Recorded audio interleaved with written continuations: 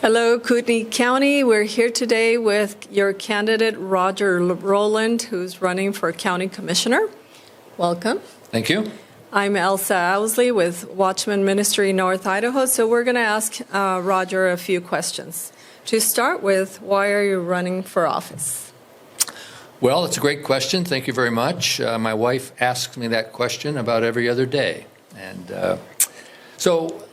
the reason is, first and foremost, I think this is a real special place, Kootenai County, North Idaho. And it was a very special place when I found it 32 years ago. It's a very special place today. But we have some challenges, and I think we need to manage those challenges proactively, or the specialness of our place is going to be degraded. So that's one reason. A second reason I'm running is I believe voters deserve a choice. Our democracy doesn't work well when there's no choice in candidates. So I wanted to provide the voters a second choice for the District 3 Commissioner seat. Thirdly, this county is large and it's complex. We're approaching 200,000 residents. It's 12,000 square miles. It's 18 different cities, and it's a complicated organization. The budget for the county is approaching $200 million, 800 employees. The rules of engagement, the statutes, the ordinances, the county codes, they're complex, they're very detailed. There's hundreds and hundreds of pages of rules and rules. So all in all, when I look at the county and I look at the complexity of it, I say to myself, this is an opportunity for me to engage in this complex set of variables and hopefully keep our county special. Title 31 of the Idaho Code, which really talks about county and county laws, in Chapter 8 talks about the responsibilities of a county commissioner. And if I could summarize those very briefly, it's really about the health and safety and welfare of the citizens of Kootenai County. And that's a big job. That's an important role to play. And if I can do anything to enhance the health and safety and welfare of the citizens of the residents of Kootenai County, then I want to play. Great. Good reasons. And what are your top 3 priorities should you be elected? So the obvious one is growth, but I think we're going to talk a little bit more about that in a moment. So I'm going to save that one. Number 1, priority is to earn the trust of my fellow commissioners, of the other elected officials of Kootenai County, the elected officials of the various municipalities, the tribe, and certainly the citizens, the residents of Kootenai County. Now, why do I say that's a priority? Well, first of all, you have to earn trust. Nobody gives it to you. You have to earn it. And it's incredibly important to have trust in order to introduce new ideas and new concepts. And that's what we need. We need new ideas and new concepts to approach the problems that we face as a county. So for me, earning that trust is very important. Without it, the Board of Commissioners cannot operate effectively, in my view, and they cannot administer the job they're elected to do effectively. So number 1 is earn the trust of my constituents so that they will trust me as not having a hidden agenda, not putting my political or personal beliefs in front of the residents of the county, so that I can introduce new ideas and new concepts along with my other commissioners in order to address the problems of the county. My second priority would be protecting the aquifer. Now, you probably have heard a lot about that. It's a very important topic. But if I cut it right down to the basis of the issue, it's our drinking water. It's not only our drinking water, but it's also very much related to the ability of our local farmers to survive. It's related to whatever we can do to preserve the remaining prairie. And it's incredibly important to all residents of the county. What is it about the aquifer that makes me put it in my priority list? Well, a couple of things. That's a resource that probably not enough people fully appreciate.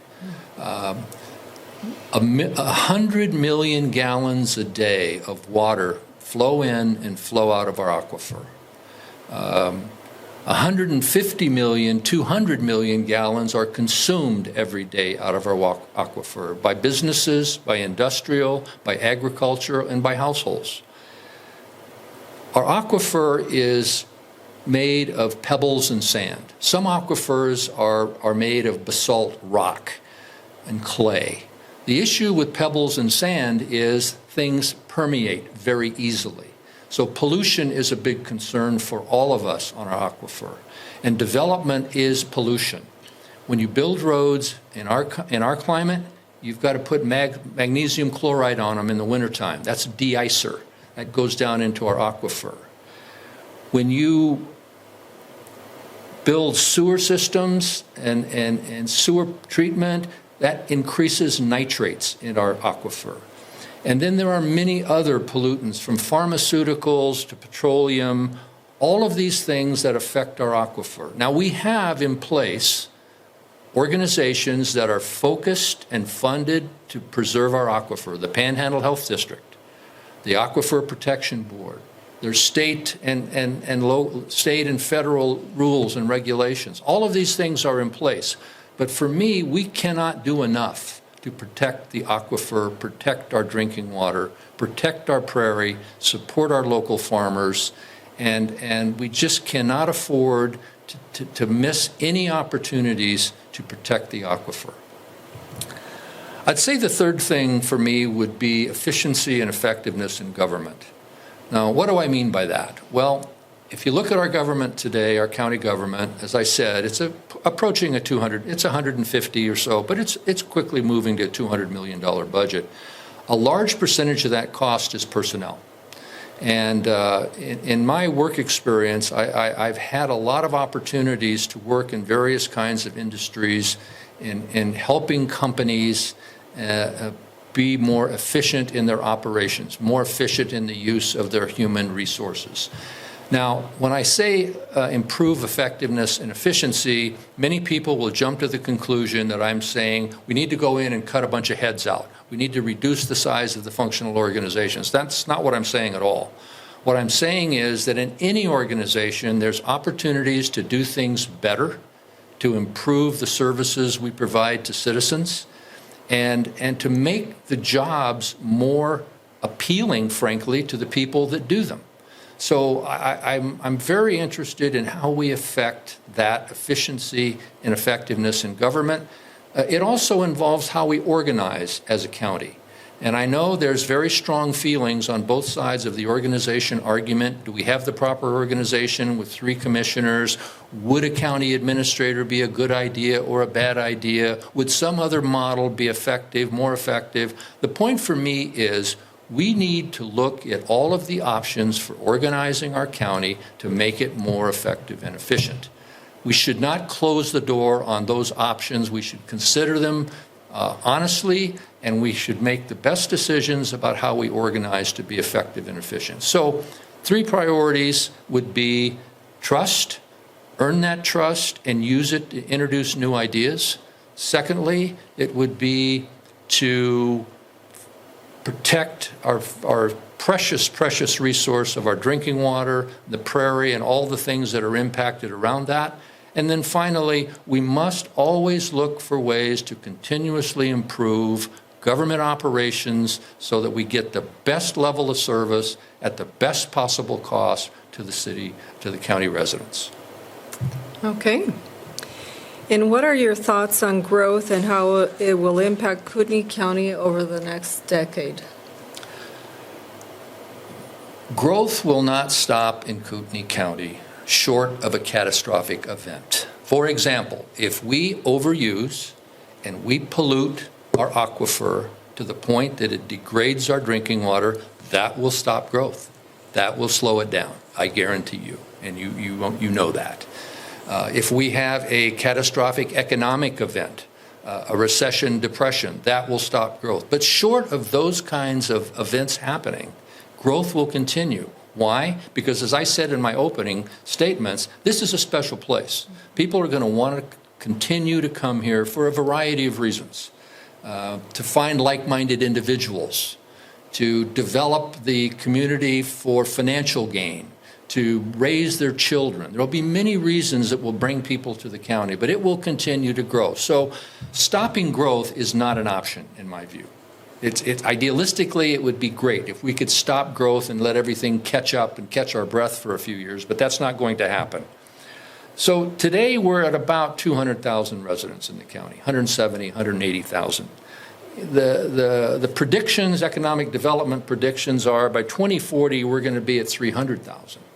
So let's take that 10-year spot and let's kind of take a midpoint and say 250,000 residents in the next 10 years. Well, do the simple math. 250,000 people, 500,000 cars, 400 million gallons a day of water out of our aquifer. That kind of growth is going to create significant strains and stresses on our infrastructure. It's going to cause a lot of issues at best, but we must find a way to proactively manage that growth. Now, here's some thoughts I have. So, given the fact that it's not going to go away, and if we do nothing, it will happen on its own accord, and we may not like the outcome. But the first thing I think we need to do to manage growth over the next 4 years, which is the period of time that I would be a commissioner, is we need to bring together all of the entities that are impacted by growth. Now, I'm going to set the residents of Kootenai County aside for a moment. We are the most important, but schools, roads, utilities, electricity, natural gas, right? All of those things are impacted, traffic. All of those things are impacted by growth. So in my mind, the way you start the process of managing growth is you have to bring that group of constituents to the table. You have to get the conversation started. You have to collectively, collaboratively understand the problem. What is the problem for the Lakes Highway District if we grow at a rate from 200 to 250 or 300,000 people over the next 5-10 years? What is the impact on roads? They know. They don't know precisely and exactly, but they can give you a very relevant answer. Avista can tell you, Kootenai Electric can tell you, Kootenai Water can tell. They can tell you what the impacts of growth will be. So we need to have that conversation to understand from that group of constituents what the growth impacts are. Number one. Once we have that data, once we have that conversation started, then we can start to build a database of impacts. Secondly, I think we have to support the individuals and the organizations that are currently working on innovative solutions to the housing shortage. There are organizations out there today that are looking for ways to make housing more affordable and more available. We need to support them as a county. Now, one could say that's not the charter of the county. We don't get involved in that. I disagree. I go back to my opening statement from Title 31, Chapter 8, health, safety, and general welfare of the county, the residents. So it is our business, and we need to get involved in it. Thirdly, we need to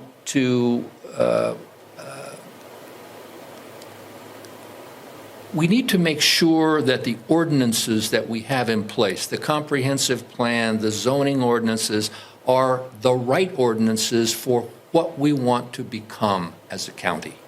We have, as I said, we have a 150-page comprehensive plan. We have a 300-page ordinance document. We have hundreds of pages of statutes. We have 1,000 pages of documentation defining how we're going to grow.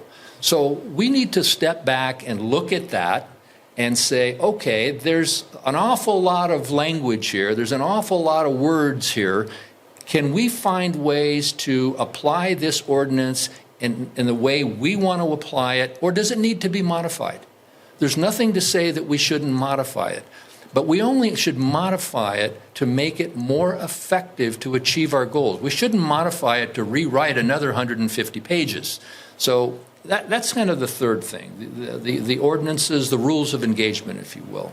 And then perhaps the most important, I think, is the fourth element that I see, and that is we need to put together a tool that allows us to forecast growth from the first step that I talked about, forecast growth and quantify the cost of it. All right? We need to be able to run scenarios, Monte Carlo scenarios, whatever you want to call them. We need to project what growth is going to cost over time given a certain rate of growth in the county. And with that kind of tool, then, we could start to look forward and say, if we grow by X percent over the next 2, 3, 4 years, here are the impacts on the schools, the roads, the utilities, and so on. And then we can start to think about what can we do to address this. The problem with growth and infrastructure is it's a chicken and an egg problem. You don't build the infrastructure before you have the growth. You know, if you don't do that, the infrastructure is kind of always behind. You know, you don't wait and do nothing on infrastructure and then grow and wake up one morning and say, oh, wow, look at the traffic out here. Look how long it takes to get a doctor's appointment around here. Look how, you know, that's sort of where we are today, I think. We're kind of flat-footed. We're trying to react to the growth. We all see the symptoms of it. You know, we need a bigger jail. You know, traffic is terrible, and so on. We see the symptoms of it, but we don't have, in my view, we don't have a good mechanism. We don't have a good data set. We don't have a good algorithm to get ahead of the growth and say, with this kind of growth, here's the kind of impacts we're going to see on all those areas of infrastructure that are impacted. And here's what we need to start thinking about. Here's what it looks like as far as property tax increases. Here's what it looks like in terms of service fees. Should we be increasing service fees? Here's what it looks like in terms of do we need to go and look for some state or federal? And I know people are reluctant, I don't want to take any federal or state monies because all of the strings are attached. Well, you know, sometimes the strings attached are manageable and they're worth taking because of the opportunity it gives us to support infrastructure. So, you know, when I look at growth, I see it as a multifaceted problem, but I also see it as an opportunity. Because if you believe it's going to continue, then I suggest it's a glass half full situation. All right, what are we going to do about it? Because it's very easy to throw your hands up in the air and say, oh, this growth, it's a curse. There's nothing I can do about it. I'm a victim of growth. The symptoms would make you think that's the case, and I experience the symptoms too. I'm amazed when I sit through 2 or 3 traffic lights. I just can't believe it. When I moved here, there wasn't a traffic light on Government Way, and many other people have experienced that as well. So we need to look at it as a multifaceted problem. Who are the affected constituents? You know, how do we bring them together? How do we collect the right data set? How do we manage proactively? And we have to look at it as an opportunity, because if we don't take it as an opportunity to manage it, it will manage us. And we will end up 4 years from today probably wringing our hands saying, oh, gosh, traffic's worse than I remember 4 years ago when you only had to sit through 2 traffic lights. Now you got to sit through 4. We don't want to go there. We don't want to go there. But to avoid it, we're going to have to be proactive. And I think that's the way you think about growth, at least at a high level. And all of that boils down to growth is too fast, there's too many people. That's not actionable. We can't do anything about that other than complain about it. If we can break that problem down into the effect on the highways, on the roads, what it's going to cost, when are we going to need them, things become actionable. So that's my take on how to manage growth from an outsider looking in who probably unlikely has a complete understanding of the problem, but that's the way I see it today. Okay. So what is your background and how will it help our county should you be elected? Well, first off, I'm a combat veteran. I spent 4 years in federal law enforcement.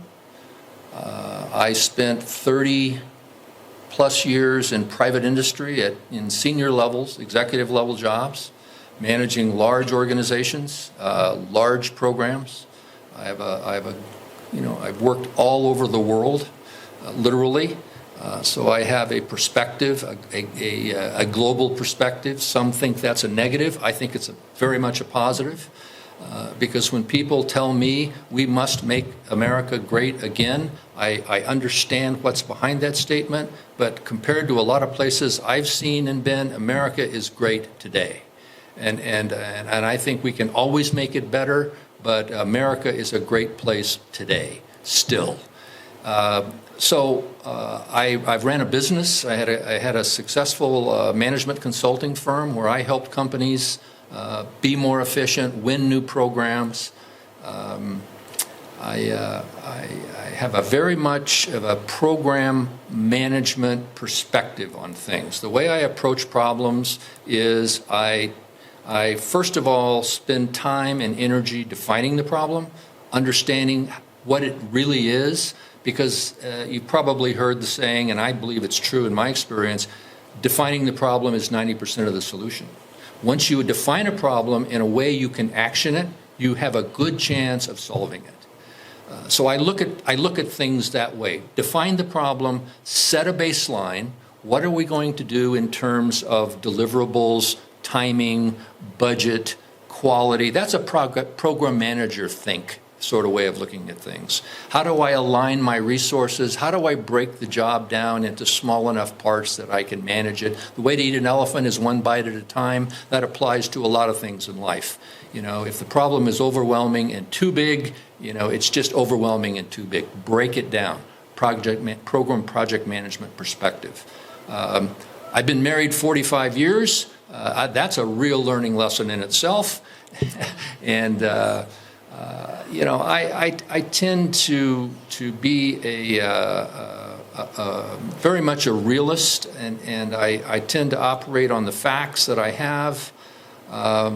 So veteran, law enforcement, professional experience in programs, managing functional organizations, large budgets, a real partner in life for 45 years, a master's degree in public policy and administration, which I obtained while I was still working in the Justice Department, thinking I would make a career out of government. That's why I went that direction. But it is a good basic academic background for this job, this role as a county commissioner, because this is very much a policy, administrative kind of role. Policy in the effect, not necessarily literally a policy job, but setting the course for the future. So that's sort of what I bring to the party. I bring a lot of energy to the party, and I feel strongly about doing whatever I can to keep Kootenai County special. Great. Okay, so give us your closing statement, anything you feel the voters would want to know more about you or other items you think are important. Well, I view this role, I don't view it as a job, okay? I view it as public service, and I think that's what it should be. I want to do this because I feel I have good skills and I have the right perspective to help us look forward and find ways to proactively manage some of the issues we have. I have no hidden agenda. I am not an agent of any organization. I am a person who wants to serve the residents of Kootenai County, and that will be my first priority. I believe there are solutions to our problems, our challenges. I believe this is still a great place, and I hope most of all of you feel the same way. And I hope that we together can keep it that way. So let's get on with the business of keeping Kootenai County special.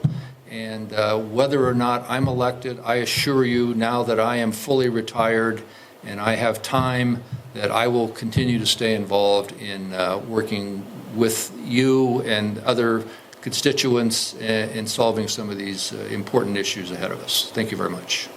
Great. Well, thanks everyone for watching and being an informed voter.